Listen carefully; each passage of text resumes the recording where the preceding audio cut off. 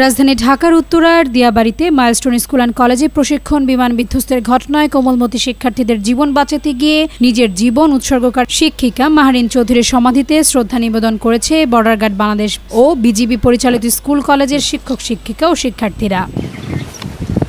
সকালে নীলফামারীর জলঢাকা পৌরসভার বাগুলাগাড়ি চৌধুরী পাড়ায় শিক্ষিকা মাহরিন চৌধুরীর কবরে ফুল দিয়ে শ্রদ্ধা নিবেদন করেন বিজিবির ঠাকুরগাঁও সেক্টরের কমান্ডার কর্নেল গোলাম রাব্বানী এবং বিজিবি পরিচালিত রংপুর ও Thakurgaon border guard public school and কলেজের শিক্ষক শিক্ষিকা ও শিক্ষার্থীবৃন্দ।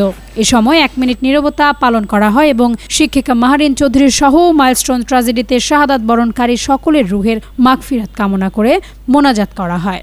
শ্রদ্ধা নিবেদন শেষে সেক্টর কমান্ডার বলেন, ঢাকার উত্তরায় মাইলস্টোন স্কুল অ্যান্ড কলেজের বিমান বিধ্বস্ত ঘটনায় কোমলমতি শিক্ষার্থীদের প্রাণে বাঁচাতে গিয়ে নিজের জীবন বিসর্জন দিয়েছেন শিক্ষিকা মাহরিন চৌধুরী। এই মর্মান্তিক ও হৃদয় বিদারক ঘটনার জন্য আমরা বিজিবি পরিবারও গভীরভাবে শোকাহত, মর্মাহত এবং বাকরুদ্ধ।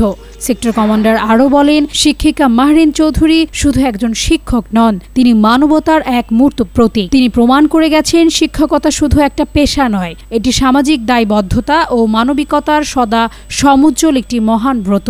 এই মহিষী ও অকুতভয় শিক্ষিকার সমাধিতে শ্রদ্ধা নিবেদন করতে পেরে আমরা গর্বিত।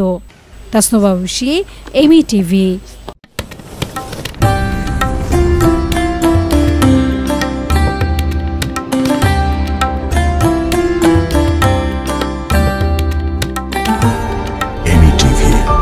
স্বাধীন বাংলার স্বাধীন কণ্ঠ।